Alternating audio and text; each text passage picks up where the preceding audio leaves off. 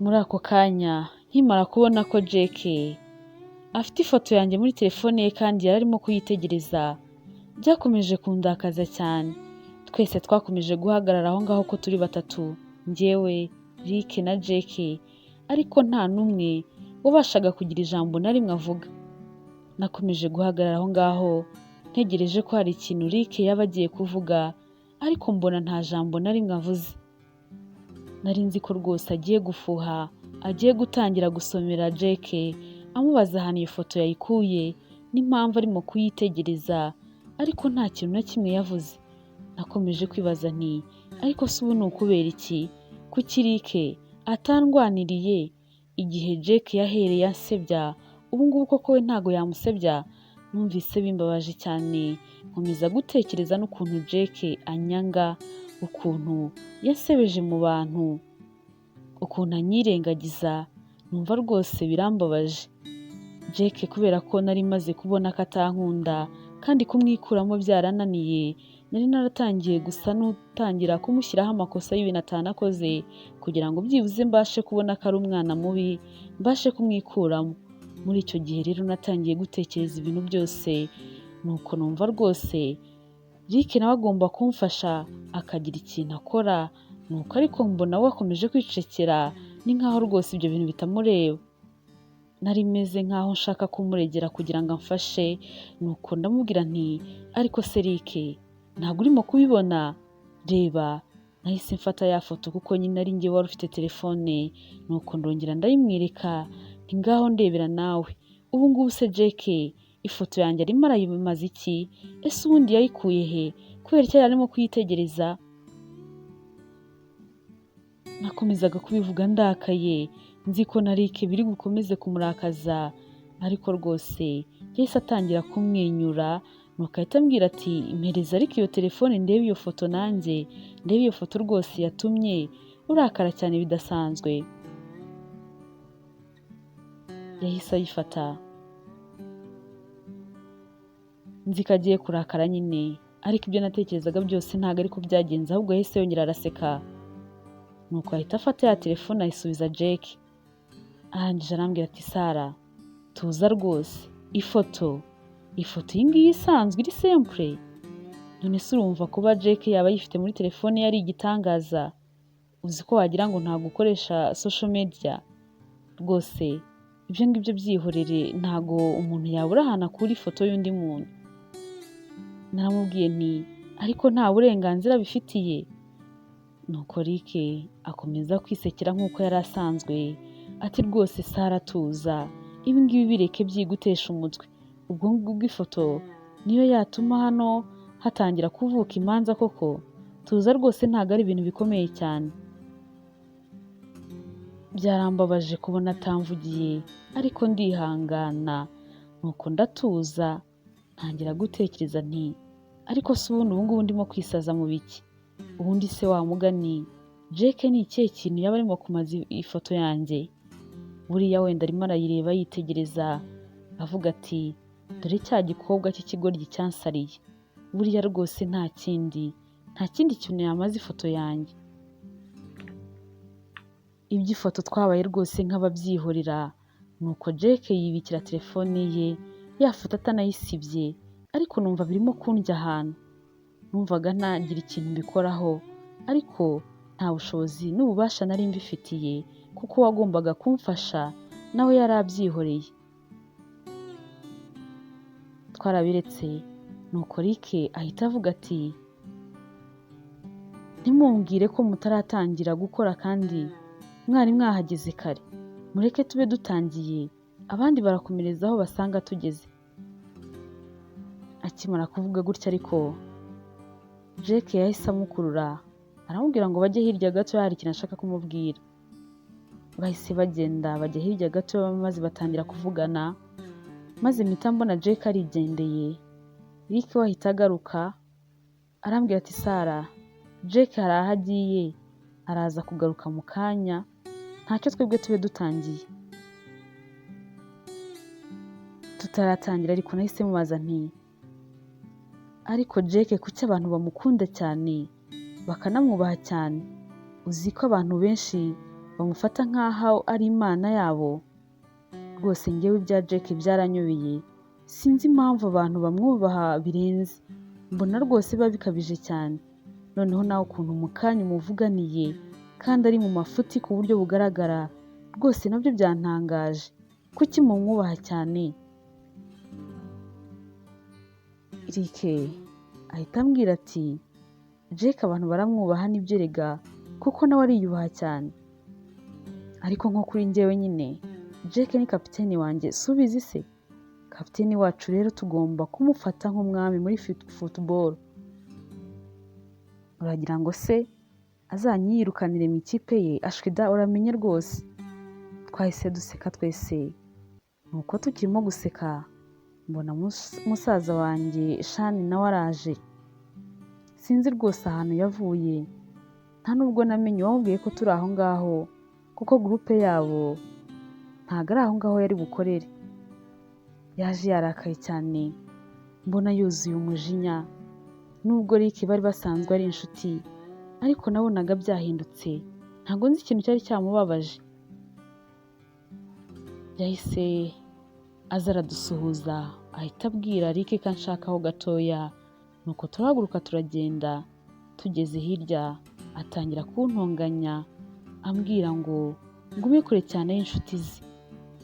Nuko ndamubaza nti ariko se nyine ko ari inshuti zawe, ubundi bigutwaye iki nanjye tubaye inshuti?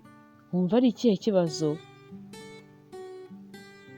Yarambwiye ngo ntago aje kuburana nanjye, icyo ashaka ni ukunyihanangiriza, ngo kandi si inshuro ya mbere abimbwiye ngo ningume kure cyane y'inshuti ze.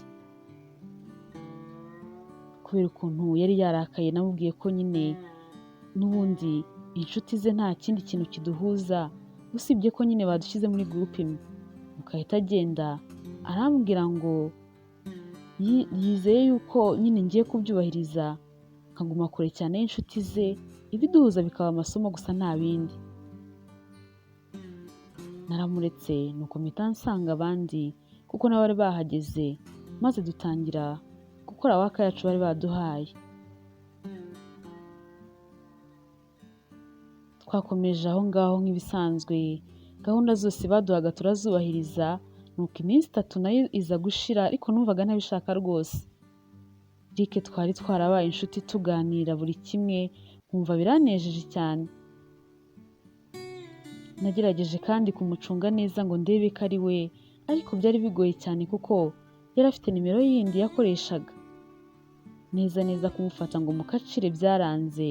Ngeze aho ndavuga nti ariko ubundi ndakomereza iki kumushakisha nshaka ko ari we? Icyo mfa nuko nkunda, nanjye nkaba numva nsigaye mukunda. Jake nawe gukorana nawe narabikunze cyane rwose. Yari ameze nk'aho ari inyanja yuzuyemo ubuhanga, discipline, ubwenge budasanzwe. Mbese Jake yari perfect mu bintu byose rwose.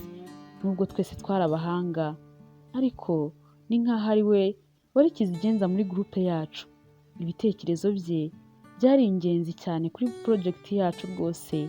Iyo tutamugira ntabwo byari bugende neza 100% nk'uko byari bimeze. Ku rundi ruhande ariko Rick numvaga asigaye afite umwanya udasanzwe mu mutima wanjye. Twari dusigaye turi close cyane, kandi nakundaga ukuntu yahoraga yishimye. Twari dusigaye tumeze nk'aho tumaze igihe kinini tuziranye. Naravugaga nti Mana yanjye, ubu ngubu noneho ko turi inshuti gutya, tumeze gutya, twishimana bikamera gutya, namara kunyibwira noneho bizaba bimeze bite? Numvaga mbabaye ko tugiye kuva aho ngaho. Rwose numvaga ari agahinda, ariko nta kundi byagombaga kugenda. Mbere yuko dutaha twari dufite presentation, amagroupe yose yagombaga gupresenta. Groupe yacu twari twiteguye cyane, byose byari biri ku murongo, kandi kuri njyewe noneho byari bitandukanye n'ikindi gihe. Ntabwo nari mfite habe namba, kandi numvaga mfite confidence. Mbese nari nifitiye icyizere ku rwego rwo hejuru. Groupe yacu igezweho kuri uwo munsi twarapresence maze abalecturer bose bakoma amashyi. Profesa Donald kwihangana biranga kuko rwose mu busanzwe nta groupe yajyaga imwemeza, ariko kuri uwo munsi noneho nawe yabonaga ari ibintu bidasanzwe, maze arahaguruka araza aradusanga aho twari duhagaze imbere, maze twese atangira kutuyambira. Birangiye noneho muri timu yacu twese twatangiye guserebura, nuko dutangira guhoberana twishimye cyane. Erika ngezeho yarampobeye cyane, numva ndishimye rwose, kuba ndi mu maboko ye numvaga ari ibintu birenze cyane. Numvise ntangiye no kugira emotion, maze ahita anyongorera ati Sara, turabikoze rwose, bose twabemeje, mwese mwarakoze ku mwanya wanyu n'igihe cyanyu, ni ukuri groupe yacu iranshimishije cyane. Yaranyongoreye nuko ndishima cyane, dukomeza guhoberana, numva ntashaka no kumurekura, ariko abantu bose bari batunguwe cyane, barimo kutwitegereza bibaza ibyabaye aho ngaho. Nahise nikanga nuko tuza kurekurana, nuko ahita agenda nyine guferesta abandi, mpita mbona na Jake aje ansanga, nuko ahita ngeraho, ariko nari nzi ko agiye kumpobera, gusa ntabwo ariko byagenze. Yahise ampereza ikiganza ariko arimo guseka yishimye. Yari afite ibyishimo bidasanzwe rwose, mbona ameze neza, na ya nseko ye nahoraga nifuza kubona.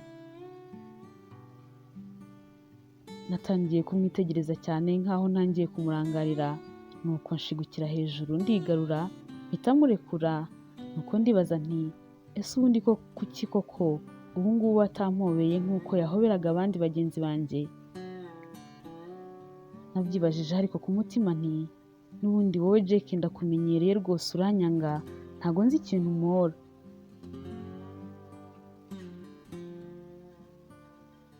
Twagumye aho ngaho nubwo twari turangije gupresenta, ariko hari andi magroupe menshi yari agihari, nuko dutegereza ko presentation zabo zirangira. Tukiri aho dutegereje ko abandi barangiza, Rick twahuzaga amaso akamwenyura anyereka nyine ko yishimye cyane, ariko Jake wapi rwose, wagira ngo nta nubwo mu kanya njye nawe twigeze duhura habe na gatoya. Nabonaga ari karume cyane, nuko nkibaza nti ariko se uriya muhungu ubundi aba yabaye iki? Rwose Jake nari nananiwe kumenyera. Igihe cyarageze nuko bose bararangiza, nuko tuza no gutaha, ariko noneho muri icyo gihe cyo gutaha umunaniro wari wose, twari tunaniwe cyane, bamwe batangiye no gusinzira rwose, kubera ko iyo minsi 3 twari aho ngaho, nubwo nari narishimye, ariko n'ubundi bari baradukoresheje cyane, nta mwanya na muke twajyaga tugira wo kuruhuka, twakoraga amanywa nijoro, twari tunaniwe cyane rwose, kuko se twarose tugera mu rugo. Nageze mu rugo n'uwo munaniro wose, mpita mfungura icyumba cyanjye ninjiramo, ariko nta n'akanya nicaye, musaza wanjye Shani yahise yinjira nuko atangira kuntonganya, ati sinakubujije kuvugana n'inshuti zanjye cyane cyane Eric. Ubwo nyuma yacyagiye nkwiyama, uruzi ko ntamenye ibyakurikiyeho? Byose narabimenye, we na Jake bigeze kuguherekeza nijoro muvuye kwiga, bakugeza kuri chambre yawe. Ndamubwira nti ko wumva se nyine hari nijoro bakangeza kuri chambre yanjye bakigendera, ibyo ngibyo urumva ari ikibazo?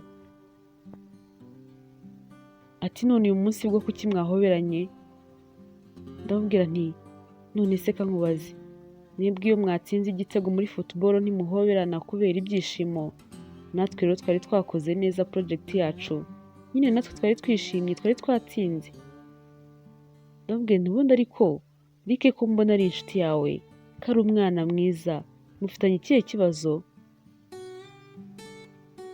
Aho kunsubiza yahise amfata mu ijosi araniga, nuko abonye ninza guhera umwuka arandekura, nuko ntangira gukorora, maze andeba nk'intare, ati mwamye ku nshuti zanjye, niba udashaka ibibazo uzigendere kure.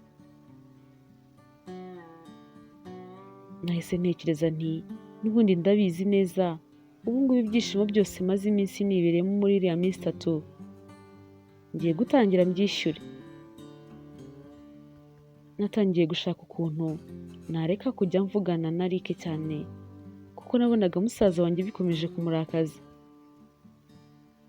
Mu minsi yakurikiyeho ku ishuri nageragezaga uko nshoboye kose ngo nirinde ahantu Jake na Eric baba bari ngo tutavugana, maze Shani musaza wanjye akabifata nabi.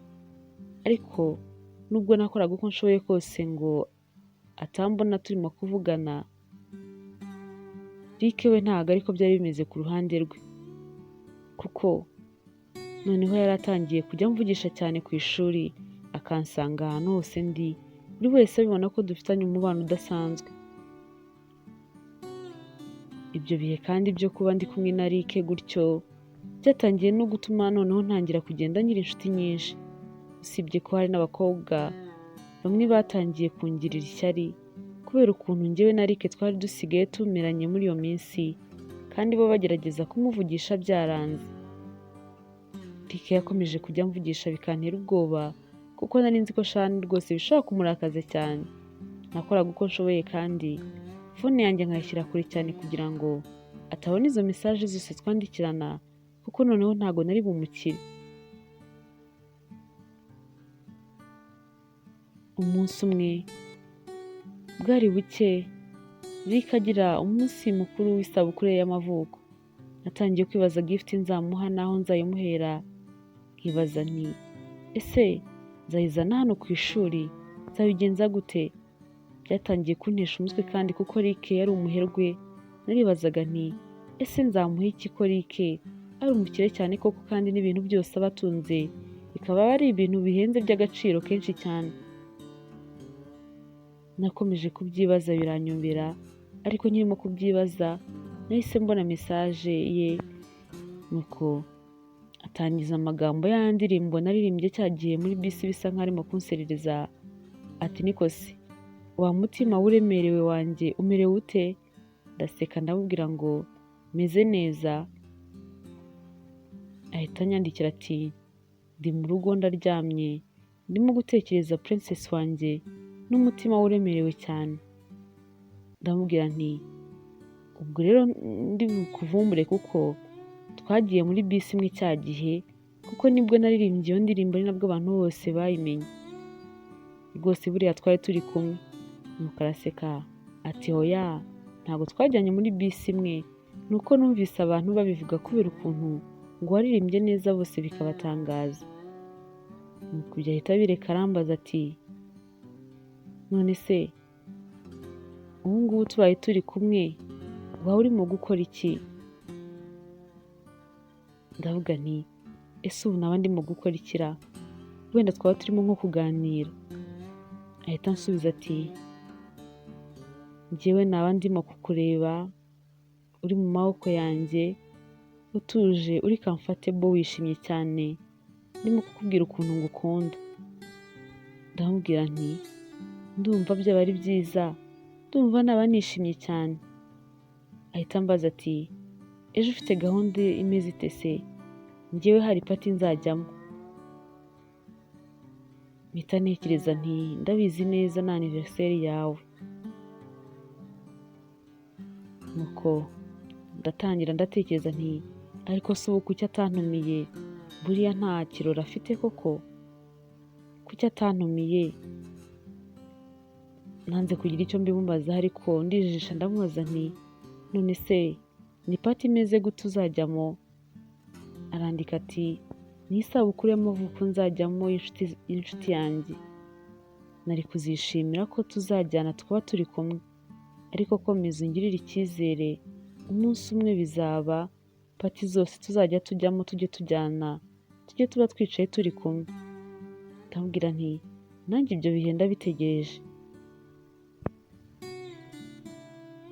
Mu gitondo nagiye ku ishuri, ariko nakomezaga gutekereza kuri gift nshobora kumuha, nkumva nayibuze neza neza.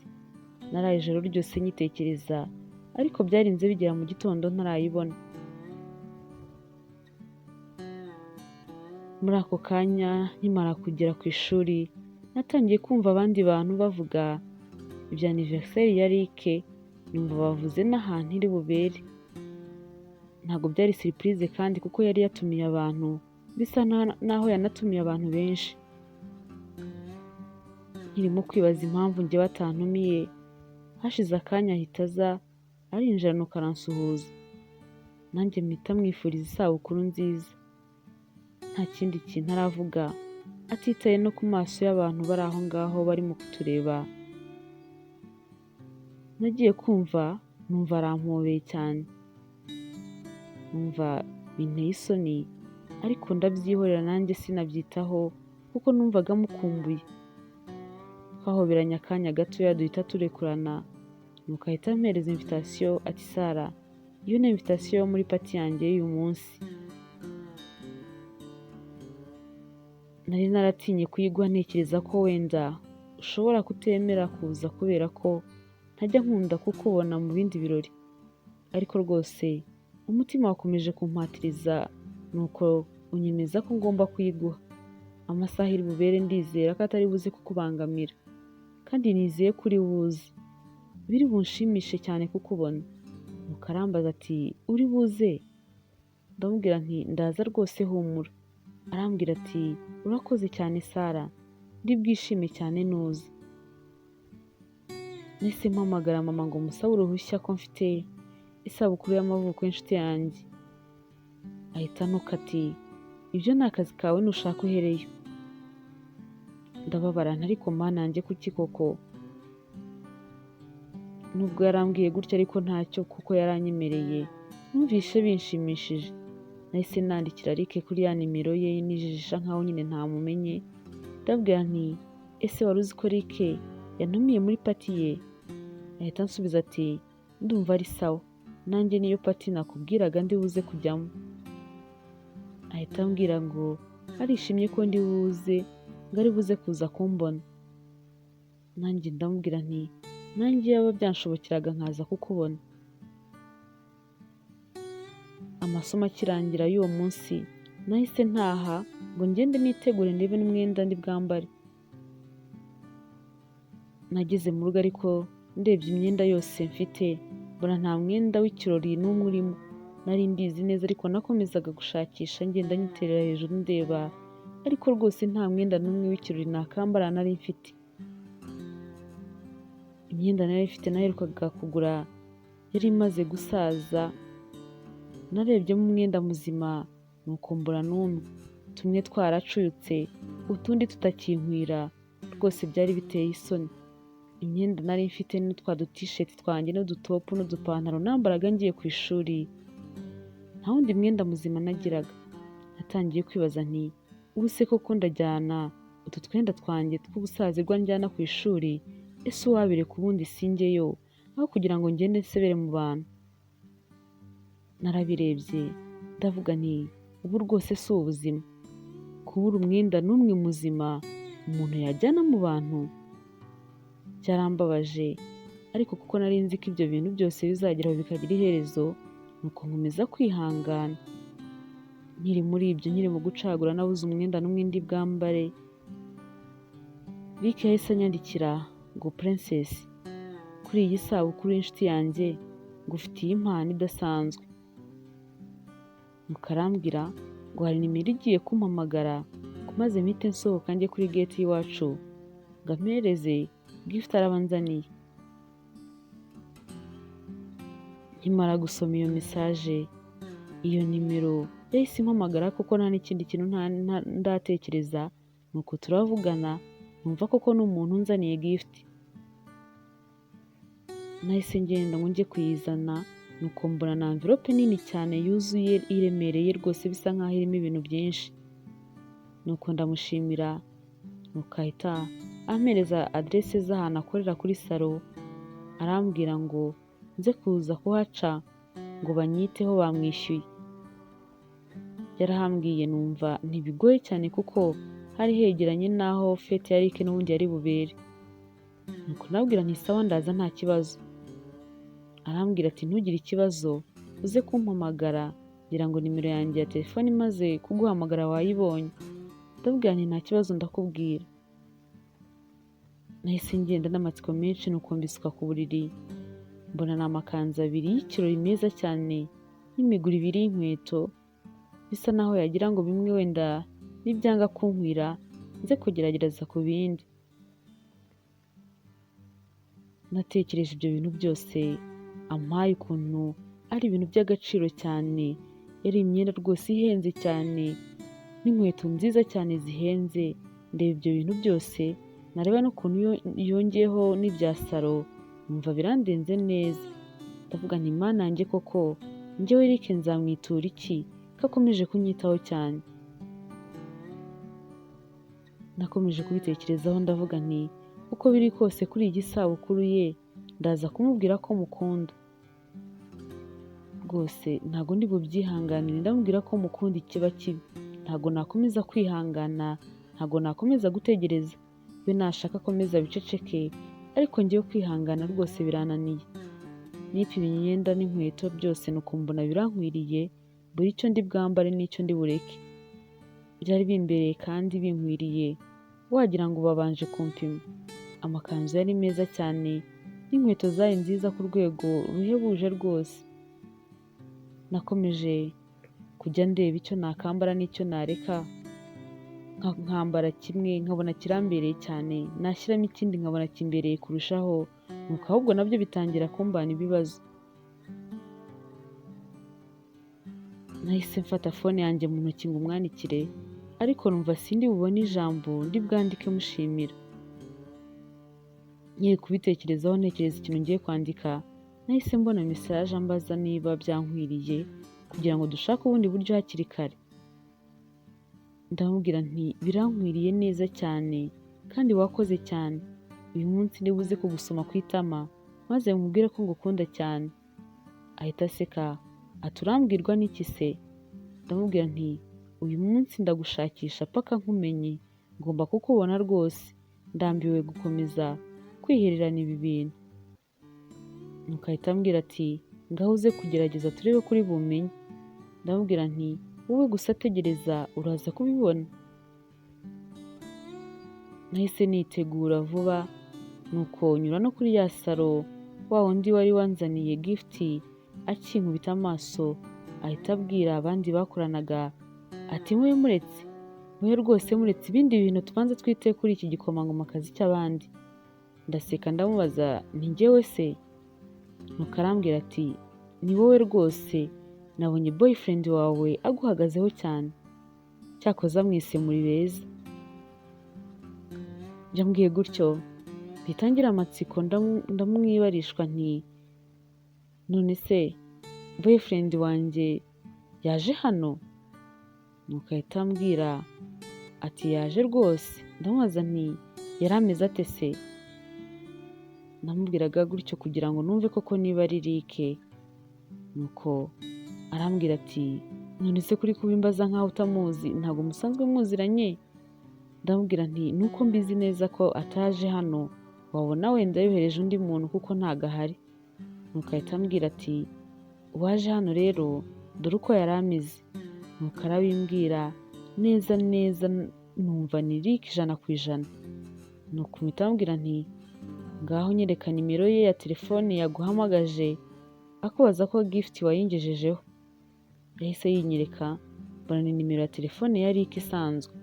Mana yanjye, nitereye mu birere mvuze induru, nuko inkweto ndende nayo nambaye nazo zenda kunkubita hasi. Bo byahise bibacanga kuko ntago babashaga kumenya ikintu mbaye gitumye niterera mu birere gutyo kinshimishije cyane kuri urwo rwego. Nta byinshi twabivuzeho, bahise bankorera, ariko rwose numvaga bari kuntindira kugira ngo ngende njye kwirebera Eric nkunda. Kuri makeup ho bambwiye ko nta bintu byinshi bari bunsige, ko ariko boyfriend wanjye yabasabye. Mpita nibuka koko yambwiye ko ankunda ndi naturel, nuko ndabyihorera sinabigira intambara. Birangiye nirebye muri miroir ukuntu nambaye neza n'ukuntu nsa neza cyane, nuko nanjye ubwanjye nditangarira kuko nari niyobewe. Nuko ndavuga nti ese burya koko ndi mwiza kuri uru rwego? Burya rwose ubukene nabwo ni indwara mbi, ni bubi buragatsindwa. Nuko nabo barambwira bati ubwo se ko kutatubeshye wowe ntabwo ubibona ko usanzwe uri mwiza? Ndababwira nti wapi rwose. Nahise nigendera kuko n'amasaha yari ageze, nuko ndagenda ngezeyo nsanga hari abantu benshi bahageze bicaye, nuko ntangira kugira isoni nibaza ukuntu ngiye gutambuka muri abo bantu bose ntanamenyereye kugenda muri hotaro. Numva bitangiye kuntera isoni, abantu bose barandebaga banyitegereza kandi ubanza koko nari nambaye neza pe. Rick nawe wari wicaye aho hantu wari umeze nk'aho arimo kugenda yakira buri muntu wese uhageze, yahise aza aramfata nuko ahita atangira no kumpobera, maze nanjye ndamuhobera cyane, nuko ahita anyongorera ati you look so beautiful. Nuko ndamushimira ndamubwira nti urakoze cyane, mpita nanamubwira nti kandi byose ni ukubera wowe. Ahita atungurwa ati kubera njyewe? Arangije araseka, nuko turarekurana, ahita amfata akaboko tujyana aho yari yicaye, nuko maze mbona anyicaje iruhande rwe. Muri ako kanya twicaranye numvaga byandenze rwose, numvaga nibereye hari nko mu isi yanjye. Ibaze nawe ariko ukuntu ibyo bihe nari maze igihe kinini mbyifuza none byari bibaye rwose. Twaricaye nuko nje guhindukira ndebye inyuma mbona Jack nawe arahari, mbona na musaza wanjye Shani nawe arahari. Ndavuga nti noneho uyu munsi rwose sinibumukire, ibyanjye birarangiye. Ndavuga ntariko akora icyo ashaka ko ntago Rick nabasha kumusubiza inyuma ngo bikunde rwose. Yamaze gufata igice kinini cy'ubuzima bwanjye, ntago namureka gukomeza kuvugana nawe cyangwa se gukundana nawe ngo ni ukubera Shani musaza wanjye. Nakomeje kwiyicarira, nuko njyewe na Rick dukomeza twicaye aho ngaho tuganira, tukanyuzamo tukanaseka. Byari byiza kuba hamwe nawe, ariko aho hantu twari turi twari abantu twigana kuri kaminuza imwe gusa, nta zindi nshuti ze cyangwa se abandi bantu bo muri famiye yari yatumiye. Naramubajije ambwira ko yagira ngo abantu bo ku kigo cyacu bisanzure ko afite indi pati azategura nyuma we na famiye ye. Nanze kumubaza byinshi, maze igihe cyo gukata keke kigeze, nuko ambwira ko ari njyewe tugomba kuyikatana.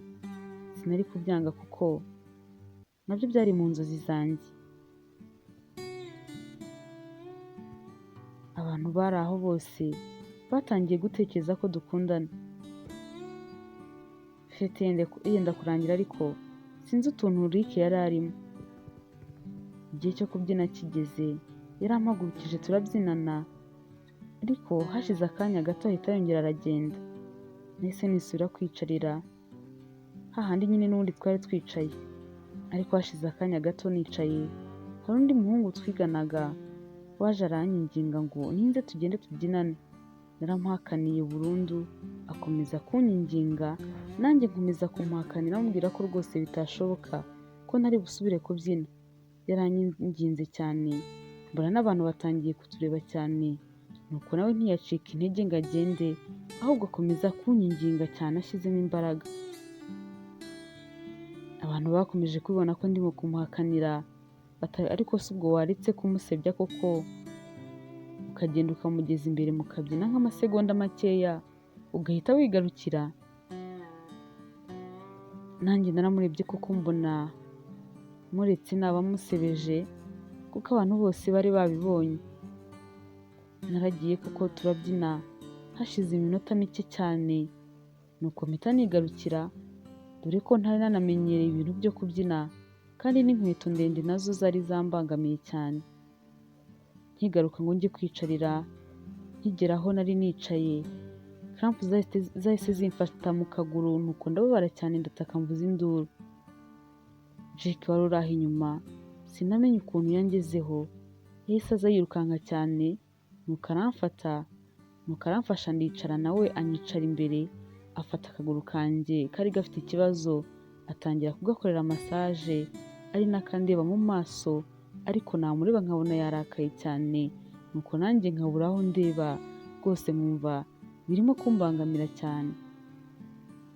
Yankoreraga massage yarakaye atarimo no kumvugisha, nkibaza nti ariko si uko kuki yandakariye, nuko se nari ndi kubyinana n'undi muhungu, nginana na Eric se ko twigeze guhuza amaso nkabona nta kibazo byamuteye. Nuko ndavuga nti none se ubu ngubu koko atangiye gufuhira inshuti ye ko nari ngiye kubyinana n'undi muntu? Nanze kumubaza, nawe akomeza kunkorera massage tutarimo kuvugana, maze ageze aharandeba ampanga amaso, arangije arambaza yitonze ati Sara, buriya byari ngombwa ko ujya kubyinana n'undi muhungu? Narikanze numva mbuze n'ikintu musubiza, ngize Imana ntaramusubiza Eric ahita aza. Ndavuga nti Mana yanjye koko ubu namubwira ko nari ndi kubyinana n'undi muhungu ndabigenzane. Eric yabonye Jake arimo kunkorera massage ahita amubaza ati none se Sara abaye iki? Aramusobanurira ati ni cramp zari zimufashe. Nuko ahita anyihanganisha, ahita abwira na Jake ngo nareke amufashe abe ari gukomeza kumasa. Jake yahise yigira yicara hirya gato, nuko Jake aba ari gukomeza kunkorera massage. Nuko akajya ambaza ati urumva umeze ute? Ndamubwira nti ndumva ameze neza, ushatse wanarekeraho. Twagumye aho tuganira uko turi batatu, ariko hashize akanya Eric wari umeze nkaho sinzi ibintu arimo ahita yongera arahaguruka aragenda. Jake nawe yahise agenda agiye kwitaba phone. Bwari butangiye no kwira kandi ku buryo navugaga ngo Eric naza kugaruka ndahita amusezeraho nitahire. Nagumye aho ngaho akanya gato yandi njyenyine, nuko ngiye kubona mbona musaza wanjye Shani araje amfata akaboko anjyana ahantu hari umwijima, ntabwo hagaragaraga neza, nta rumuri rwari ruhari. Nuko ahita ambaza ati Sara, urashaka ko ngukorera iki? Kuki nkubuza ntiwumve? Nk'ubu ngubu waje hano gukora iki? Ese ubona Eric yagukunda? Ubona yagukunda Sara? Nabuze ikintu mubwira, nuko ndamubwira nti ariko se ubundi kubera icyo atankunda? Arangije araseka ati ariko se yagukunda gute? Ati nawe tekereza neza, buriya umusore mwiza w'umukire kuriya nka Eric ubona yagukunda gute? Ubona yakunda umukobwa nkawe? None se ubona yakunda umukobwa uwo ari we wese? Yaba gushakaho iki nkawe ko umukobwa mwiza yifuza uwo ari we wese yamubona kandi ko yabasha kumukunda? Nuko akomeza kumbwira ati buriya bakomeze bagushuke nawe ubyemere, erega bose bari bagupfukamye imbere barimo kukumasa, buriya se ni izindi mpuhwe? Nuko nyine uri akagoryi babona bagufatirana ku buryo bworoshye. Yakomeje kumbwira amagambo menshi agaragaza ko bariya abahungu bose b'inshuti ze nta n'umwe wankundamo, ambwira ko rwose ngomba kubagendera kure, ko nta kindi usibye kunshuka, ko nta n'umwe muri bo wankunda. Nuko ibyo birangiye ahita atangira kunkankamira atari ku wundi, ubwo iyo myenda wambaye ihenze gutyo wayikuye hehe? Iyo myenda n'izo nkweto wabikuye he ko nta n'ibyo wari usanganywe? Amafaranga yo kubigura wayakuye he? Ko amafaranga ya bourse n'ayo ukorera hariya kuri cafe ko atabigura rwose niyo wamara amezi 3 warasevinze, ntabwo byavamo. Mbwira ahantu wakuye ibyo bintu. Naracecetse ndamubwira nti noneho mubwiye ko ari Eric wabinguriye yanyica neza. Nanze kugira icyo mvuga ahita antuka cyane ati kutavuga se, vuga aho wabikuye cyangwa ngo uteze abantu nkukuremo izo nkweto utahe ugenza ibirenge. Nahise mubwira ko ari amafaranga na sevinze akaba ariyo nyine nabiguze. Yanze kubyumva ahita amfata araniga, nuko agenda anyegereza igikuta bisa naho ashaka ko nkubitaho umutwe. Jake wari wagiye kwitaba fone arimo agaruka yatugeze aho abona ibyo Shani arimo kunkorera maze umujinya uramwica amukubita ingumi nziza cyane ngira ngo iramwishe neza neza. Shani nubwo yari asanzwe ari umusore ariko yahise agenda adandabirana kuko Jake yari amubabaje cyane, nuko amubwira nabi n'agahinda kenshi mu maso ati Shani, ibyo urimo gupfa na Sara simbizi, ariko ikindi gihe nzakubona uri mu buswa nk'ubu ngubu uzambona. Sinzongeye kukubona umutoteza cyangwa se umukoraho n'ikindi gihe. No kumubwira nawe ubwabyo ntabwo byemerewe, wabyumvise wa muginga we. Ubwoba bwaranyishe kubona Jake afite umujinya ungana gutyo, nuko ahita anyegera arambwira ati Sara ihangane. Nuko ndamubwira nti urakoze cyane kuntabara. Jake ako kanya yahise ahamagara Rick ngo naze amubwire. Njyewe nari ndaho ngaho nacangamukiwe nibaza niba wari Jake urimo kuntabara gutyo cyangwa se niba n'undi muntu bikanshanga. Rick nawe yahise aza yirukanka, nuko ahageze abona ukuntu Jake yarakaye, abona Shani nawe yicaye aho ngaho hasi, nuko ahita amenya ko byanze bikunze ubwo Shani yari arimo kumpohotera, nuko nawe atangira gushaka kumwongeza ati Sara ihangane ni ukuri. Nuko Jake abonye ko na Rick ashaka gukubita Shani aramubuza ati birahagije mwihorere. Rick ahita avuga ati Sara ngwino tugende, ngwino ngucyure utahe. Nuko abwira Jake ati usigare wita kuri buri kimwe, ibintu byose ubikurikirane. Jake nta kintu yamusubije kuko yari agifite agahinda kenshi mu maso ku buryo bugaragara. Yaramuretse nuko amfata ukuboko turagenda. Twahise tugenda njyewe na Rick, tugeze aho yari yaparitse afungura umuryango ndinjira, nuko nawe arinjira. Yagiye kunyambika sentire ngo tugende kwifata, nuko biranga maze ndamuhobera cyane ndamukomeza cyane ntangira no kurira. Nawe yahise ampobera maze numva ntako bisa kwibera mu maboko ye no mu gituza cye gutyo. Hashize akanya maze we atangira kundekura ngo tugende, arambwira ati Sara burije reka ngucyure ugende ugere mu rugo hakiri kare. Uwo munsi nari niyemeje kuza kumubwira ko mukunda, nzi ko ngiye no guhita mbivuga, ariko icyo gihe byarananiye neza neza nuko ndamurekura turagenda. Ariko ndavuga ntuko biri kose ntabwo turi butandukane nabimubwiye. Twagiye mu modoka yose ndimo kurira ntabasha no kuvuga ijambo na rimwe, kuko najyaga kuvuga emosiyo zikanyica amarira akantanga imbere.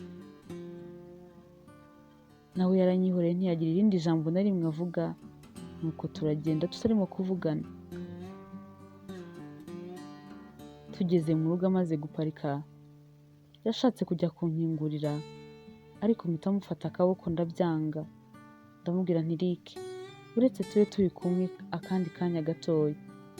Ndamubwira nti rwose mbabarira tube turi kumwe. Ahita ambaza ati none se hari ikintu ushaka kumbwira? Ndamubwira nti yego kirahari kandi gikomeye cyane. Ndamubaza nti ese Rick uzanyibwira ryari koko?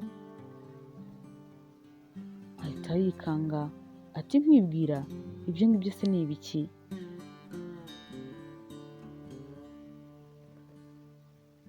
Ndamubwira nti ariko se Rick waretse gukomeza kumbabariza umutima?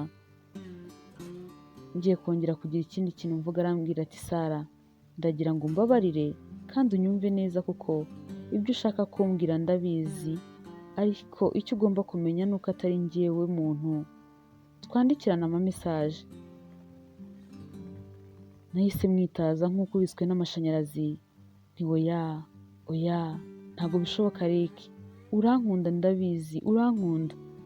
Rick arambwira ati oya Sara ntabwo njyewe ngukunda. Nararize nturambeshya ndabizi urankunda rwose, urankunda Rick, wenda nuko igihe kitaragera, ubona igihe cyo kunyibwira kitaragera, ariko ndabizi neza ko nkunda. Nuko Rick aranyihanganisha ati Sara, ndabizi neza ko biri bukubabaze ariko njyewe ntago ngukunda rwose, ihangane kandi unyumve nubwo bikubabaje bwose ariko byumve. Nakomeje kubabara nti wowe rwose niba utankunda kuki wemeye ko dukatana keke, kuki unyitaho, kuki undinda, reba nk'ubu uranyuye, kuki koko, kuki ubikora ibyo bintu byose, ubundi se kuki iby'izo mesaje ubizi? Jesse ambwira ati Sara, tuza ngusobanurire. Ati bya mesaje ni umuntu nyine ugukunda wabimbwiye, n'ibi byose byo kukurinda no kukwitaho niwe wabinsabye ngo mufashe.